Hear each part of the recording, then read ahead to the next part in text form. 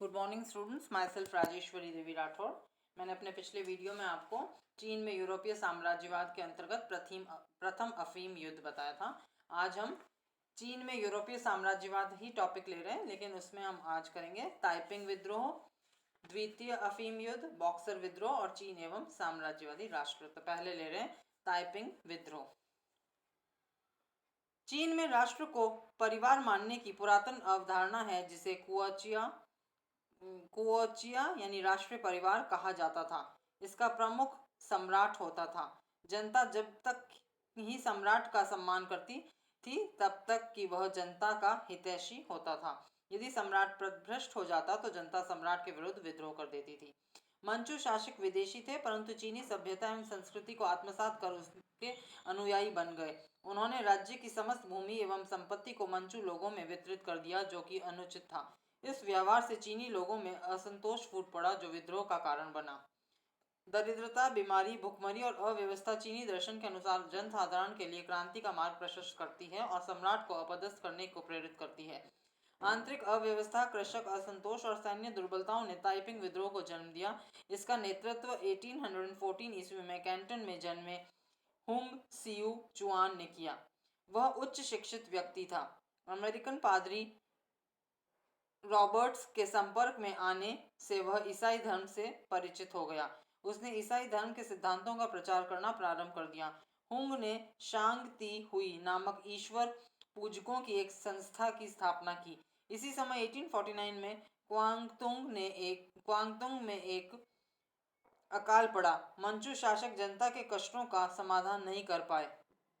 11 जनवरी 1851 ईस्वी को हुंग ने अपने अनुयायियों के समक्ष ताइपिंग तिएन कुओ यानी महान शांति का दैवी साम्राज्य की स्थापना की घोषणा की तथा स्वयं तिएन वांग अर्थात ईश्वरीय सम्राट की उपाधि धारण की।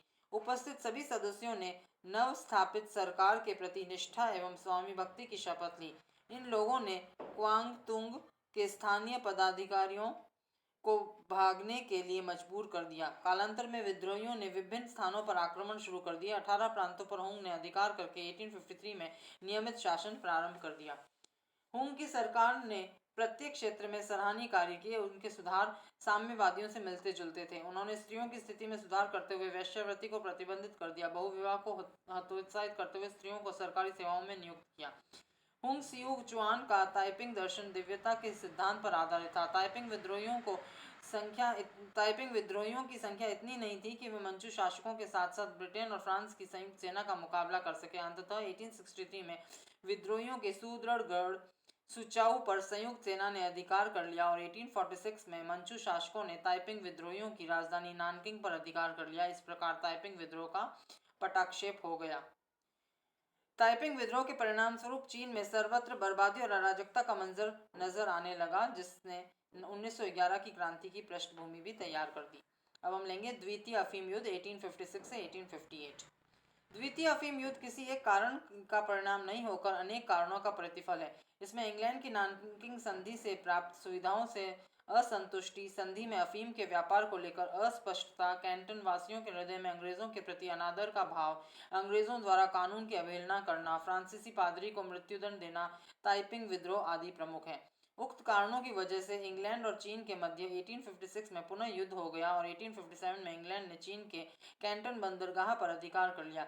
इसी समय भारत में ईस्ट इंडिया कंपनी के खिलाफ विद्रोह भड़क उठा। इंग्लैंड ने फ्रांस, अमेरिका और रूस से सहयोग की गुहार की। फ्रांस ने इंग्लैंड की सैनिक सहायता की। कैंटन की विजय के पश्चात अंग्रेजी सेनाएं टाकू दुर्ग की ओर बढ़ी।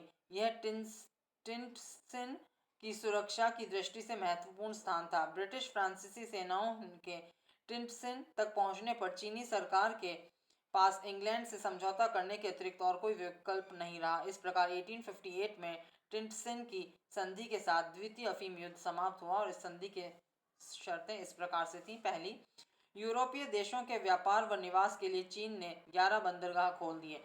दूसरा, यांगत्सी नदी में पश्चिमी देशों के जहाज़ों को आने जाने की अनुमति मिल गई। तीसरा, पीकिंग में पश्चिमी देशों के राजदूतों को निवास करने की अनुमति मिल गई। चौथा, इंग्लैंड और फ्रांस को युद्ध हर्जाना देना चीन ने स्वीकार कर लिया।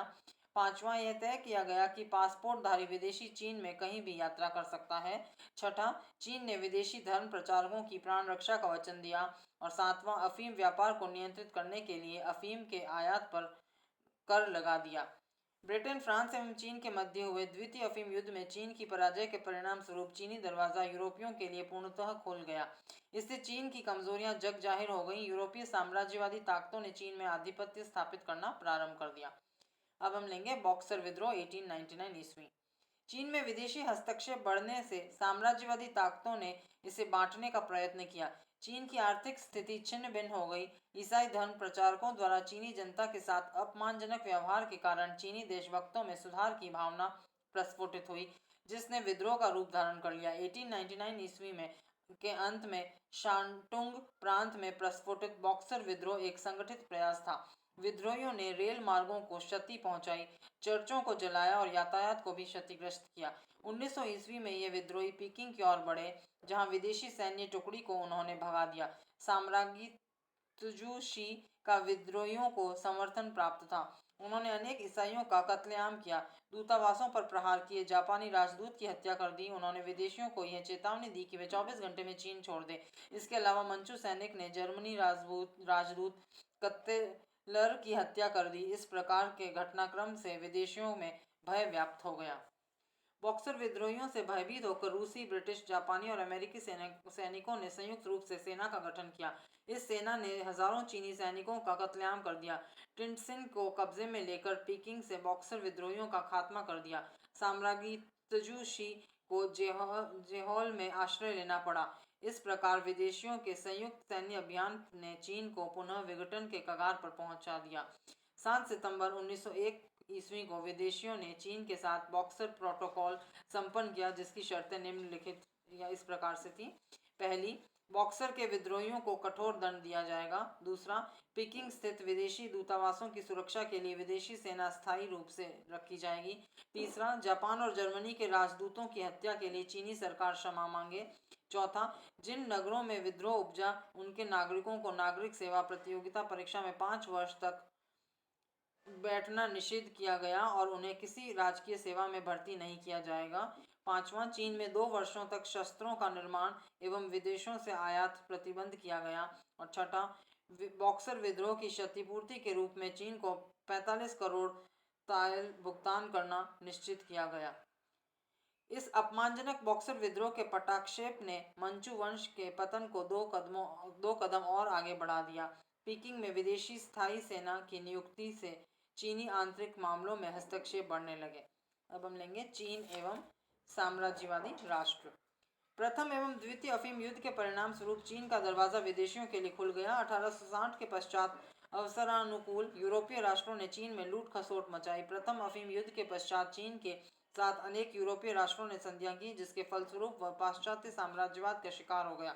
19वीं शताब्दी के अंत में मध्यकालीन अवस्था से निकलकर आधुनिकीकरण के पश्चात जापान भी साम्राज्य विस्तार करने को आतुर हो उठा।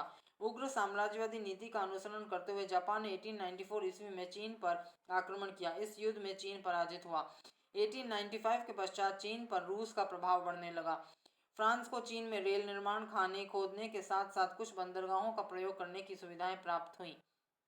1897 ईस्वी में शांटुंग प्रांत में 2 जर्मन पादरियों की हत्या के बाद जर्मनी ने भी चीन पर आक्रमण कर क्याओचाओ प्रदेश पर कब्जा कर लिया। इसके अलावा जर्मनी को रेल निर्माण एवं सेना रखने की अनुमति प्राप्त हो गई। इस प्रकार की स्थिति में अनेक राष्ट्रों में ये उत्कंठा बढ़ने लगी कि किस प्रकार चीन में अधिक सुविधाएं प्राप्त करें। 1897 ईस्वी में रूस ने पोर्ट आर्थर एवं तेलिनवाद पर अधिकार कर लिया। इसके बाद फ्रांस ने जियांगशुआन प्रदेश के साथ टोनकिन से उनान तक रेल निर्माण का अधिकार मांगा।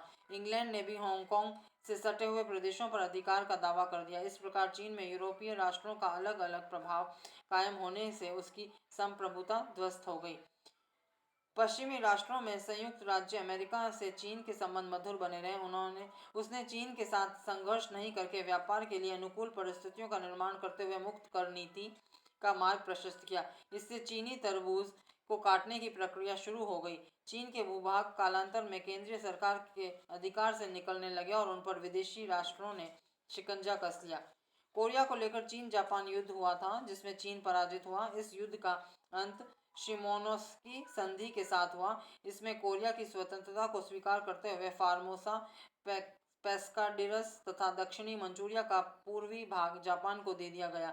चीन ने जापान को क्षतिपूर्ति के रूप में 20 करोड़ तायल देना स्वीकार करते हुए 7 नए बंदरगाह भी खोल दिए। इस प्रकार जापान का प्रभाव एशिया एवं यूरोप में बढ़ने लगा। निष्कर्षतः कहा जा सकता है कि चीन राजनीतिक दृष्टि से स्वतंत्र राष्ट्र होकर भी आर्थिक रूप से विदेशियों के शिकंजे में कसा हुआ था। चीन विदेशियों की इच्छा के बिना सांस भी नहीं ले सकता था। चीन जापान युद्ध बॉक्सर विद्रोह के पश्चात चीन पर विदेशी ऋण बढ़ता चला गया। विदेशी राष्ट्रों ने आर्थिक साम्राज्यवाद के साथ साथ राजनीतिक मामलों में हस्तक्षेप करना प्रारंभ कर दिया। इससे चीन दुर्बल स्थिति में पहुंच गया। तो ये था चीन में यूरोपीय साम्राज्यवाद।